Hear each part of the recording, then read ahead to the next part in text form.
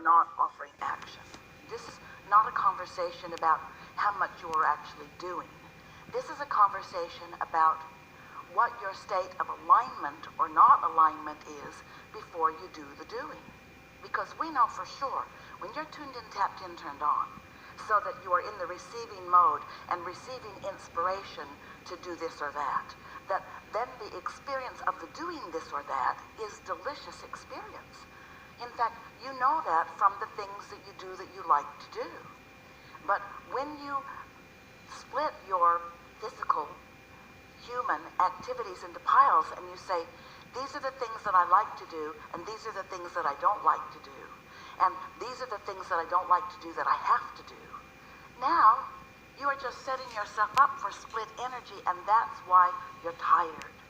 Life isn't fun unless you're inspired. Life isn't really fun unless you are utilizing the energies that create worlds to assist you. You have all of this energy that you have tapped into enough to know what it feels like when you're in sync with that, and you just can't stand it when you're not. But you haven't yet convinced yourself that you could feel like that all of the time. It's a mental adjustment. It's a decision that you make. And here's the decision that if we were standing in your physical shoes, we would make. Here's the best analogy. It's a little goofy, but it's our favorite. So you've decided or been assigned to vacuum the living room rug, and you don't bother to plug the vacuum in, but you go after it anyway. You make lots of wheel marks all over the room, and you don't do a good job.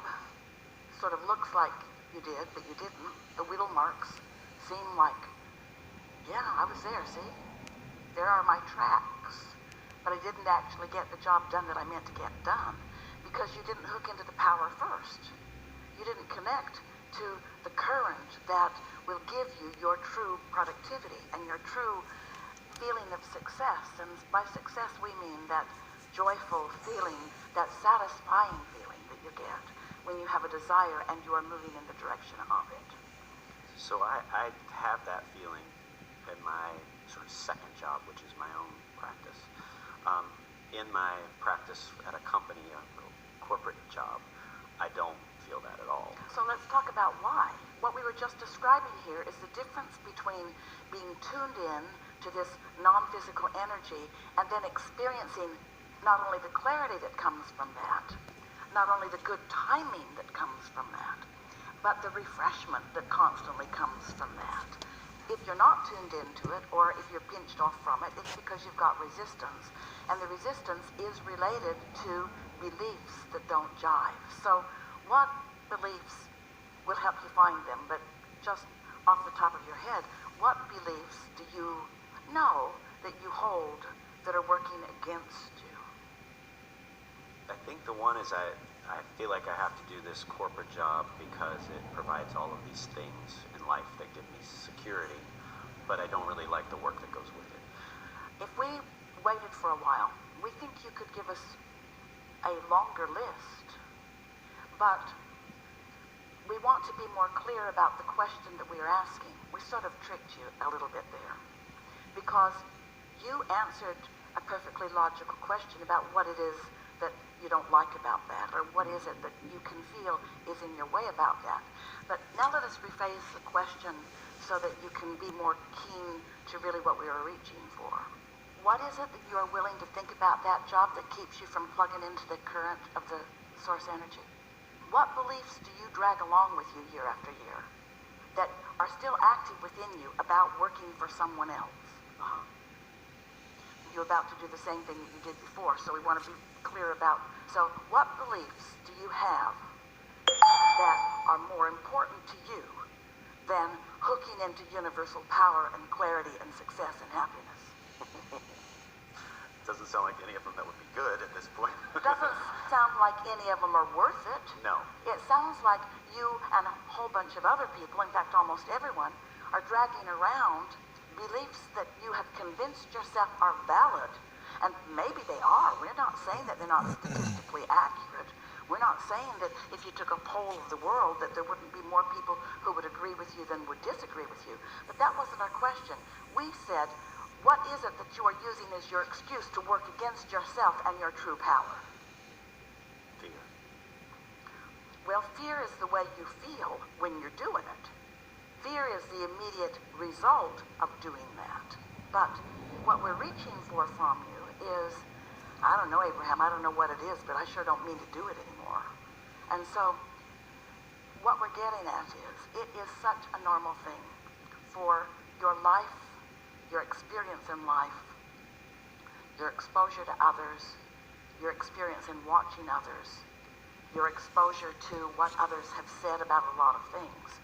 It is the most natural thing in the world for you to have picked up beliefs along your physical trail that are valid but that don't serve you. This is our point. We're not for a minute saying to you that your beliefs are bogus or inaccurate. We're saying activating them doesn't help you. In fact, it hinders you. So why do you do it? This is the most important question that anyone has ever asked anyone. Why do you activate beliefs that are valid that work against you in regards to your desires? Why do you do it? Momentum is one thing. Everybody does it. Everybody thinks it. Get around a dinner table and just listen to what they talk about. 99% of what most people talk about at most dinner tables does not serve them in terms of allowing them to align with source energy. Yeah, it takes me back to childhood of thinking about who are you to stand out. Like that seems to be the core of it. Like why does everybody else have to have a hard time and you get to?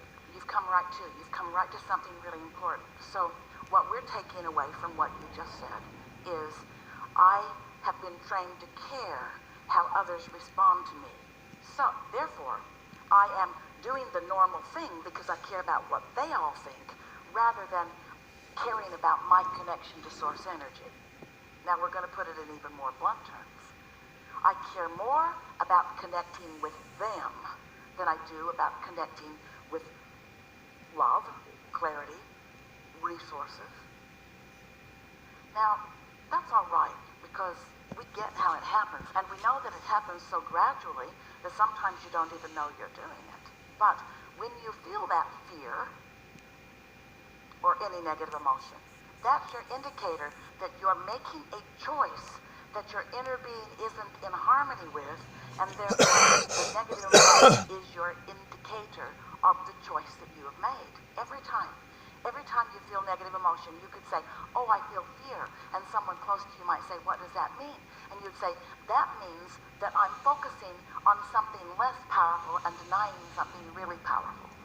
Oh, they would say, how interesting is that? Oh, I feel anger. What does that mean, your friend says?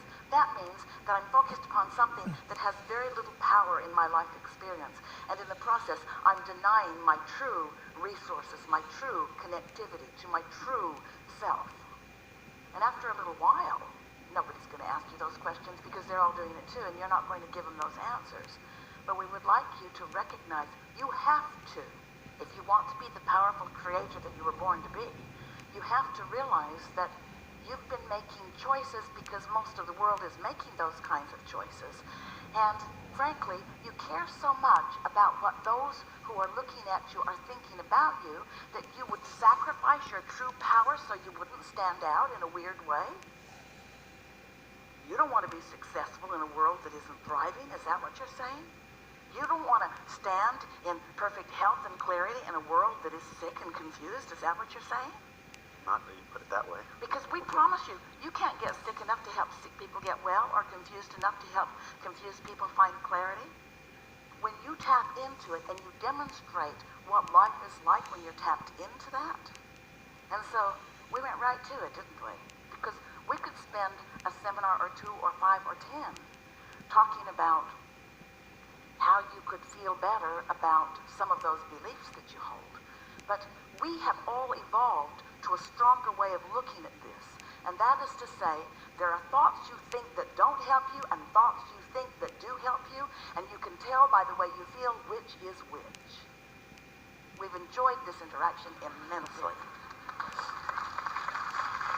Thank you. So think about how beliefs are formed and how easy it is to get swept up into the current of human beliefs. And we know beliefs vary around the world a bit, but human beliefs are rampant, and most people believe the human beliefs to some extent, and many of them serve you. We're not trying to talk you out of your beliefs. But we would like to draw your attention to something that most people don't consider often, and we think it is the most significant thing to consider. Before you came into this physical body, you were source energy.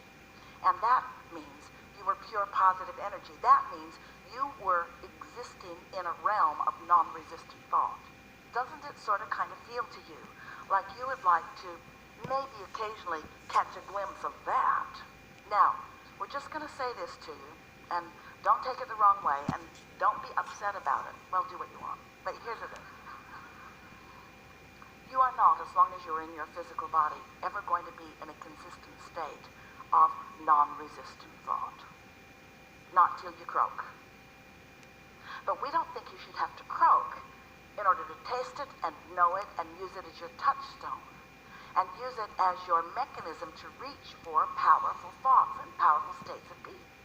We think that if you know about it, if you know that the vacuum cleaner works better when you plug it in, that it should be easier for you to remember next time that you do a bad job of vacuuming your living room. And we think that next time you feel unhappy about your work and you find yourself, it doesn't even matter if you're effective around your discomfort. You're never as effective in discomfort as you are in joy. Ever, ever, ever, ever, ever. You're going through the motions. You might sew someone up or you might help them out in some way, but you're not at your best. And that's what's bugging you. That's what this feeling of lack of control is that you're feeling. It's the lack of controlling myself to give my best at all times. You have had enough glimpses of who you are in that powerful state. And at many levels of your being, even cellular levels, you know what it's like to be tuned in to that energy.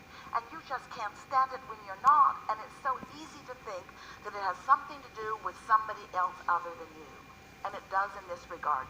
They've trained you to make you want to behave in ways that please them. So, you just run around trying to second guess what they really want, trying to please them in this way and that way, and if there's only one of them, it's pretty easy, except that they're fickle and they never are satisfied with you. And so, most of you are not that happy because you're looking for love in all the wrong places. You're looking for it among your human friends, which they're a nice bunch, we acknowledge that. But you're not ever going to find what you're looking for when you're looking for your power in those conditional ways.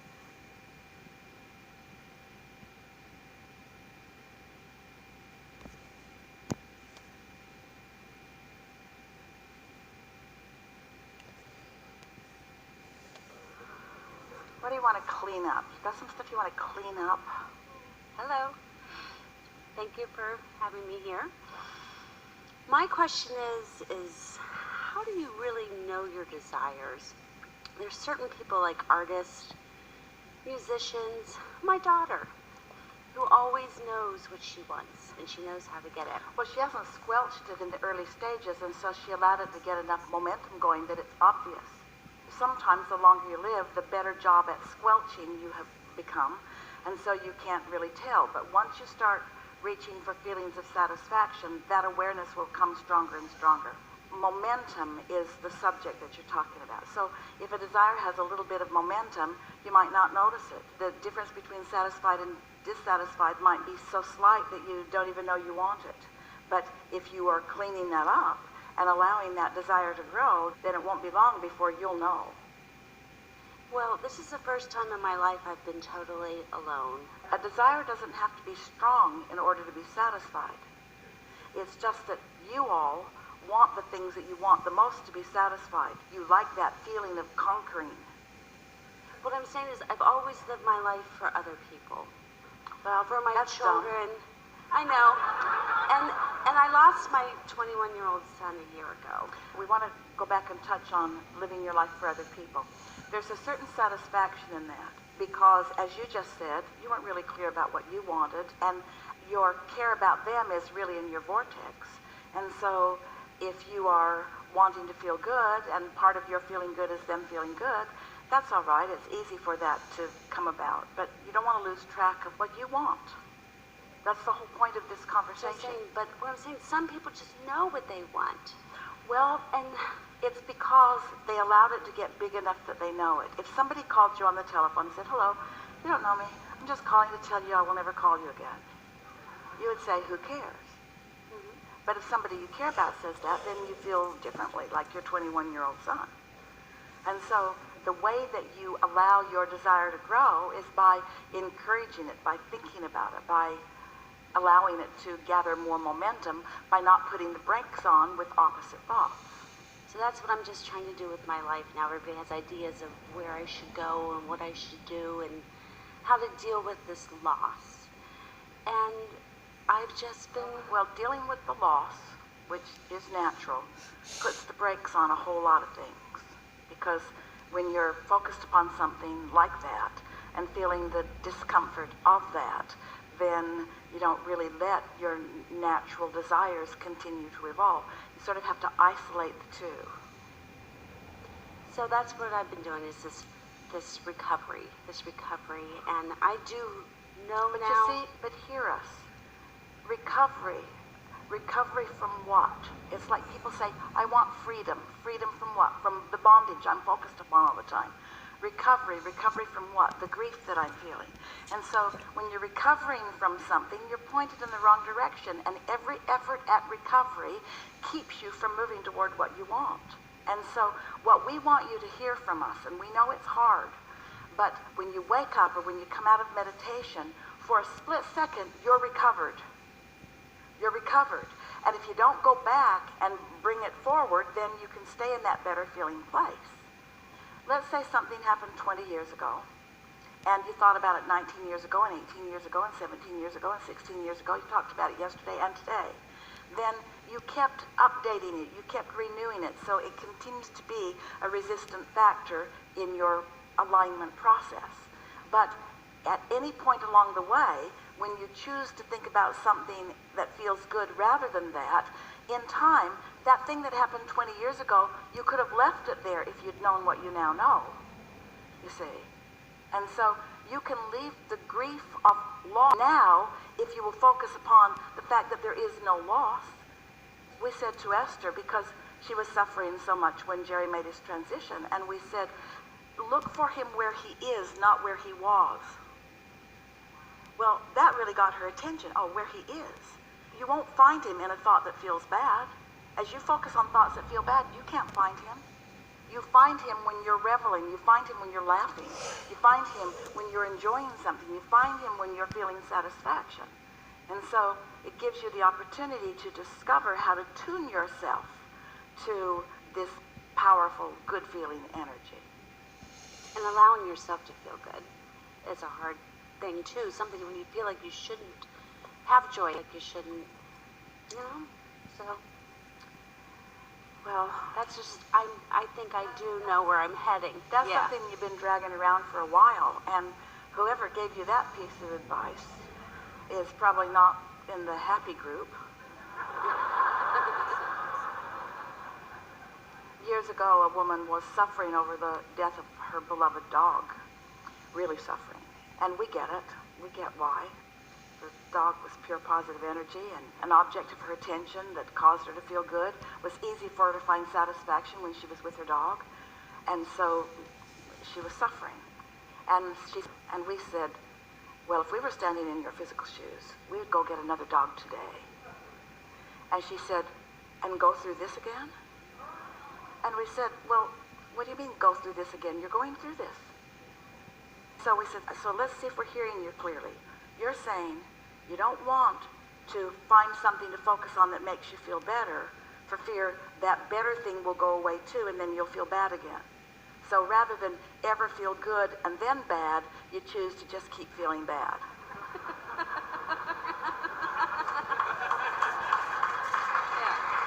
And so we're sort of saying that to all of you about everything.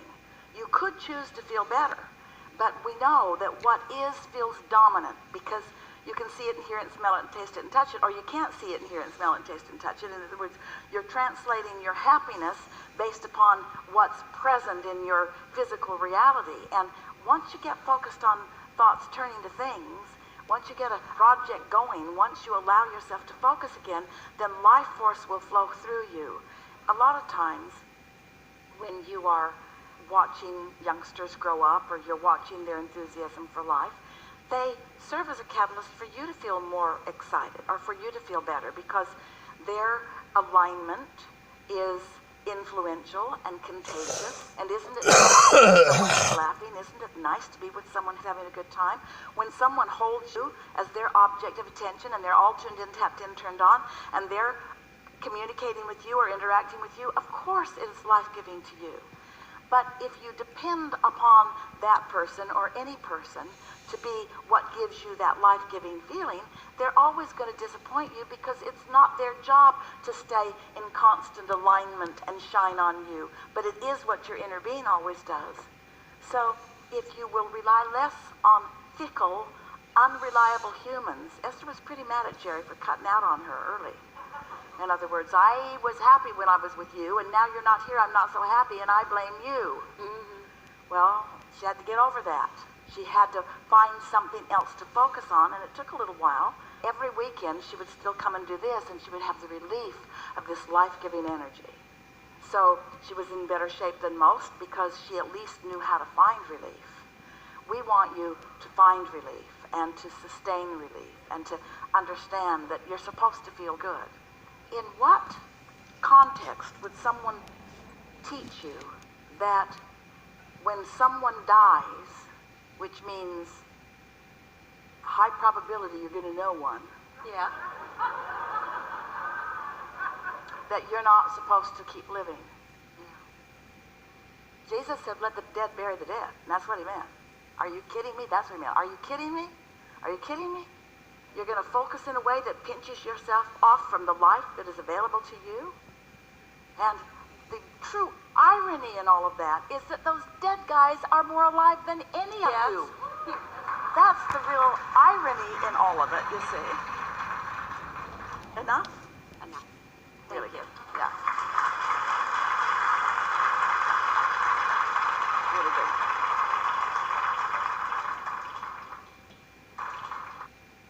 Hi, Source. That's what I was going to say when I got up here. So I guess really I just have one question. Sometimes when I meditate, I get a little head movement. I just want to Good. make sure that I'm not losing my mind. Now what's happening is, in your releasing thought, and therefore allowing alignment, the intention of your inner being is being received by your body, which is what the movement's about. That's an intention that your inner being is offering, and you're no longer in the way, so you're allowing it to be. Other questions? Anything might be you want to say to me? You're doing really good.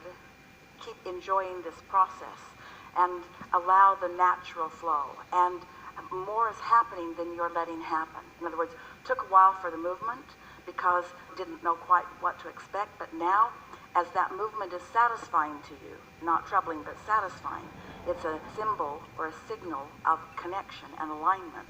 Just relax in that expectation and enjoy the flood of thoughts that's coming to you. Because there's going to be a tendency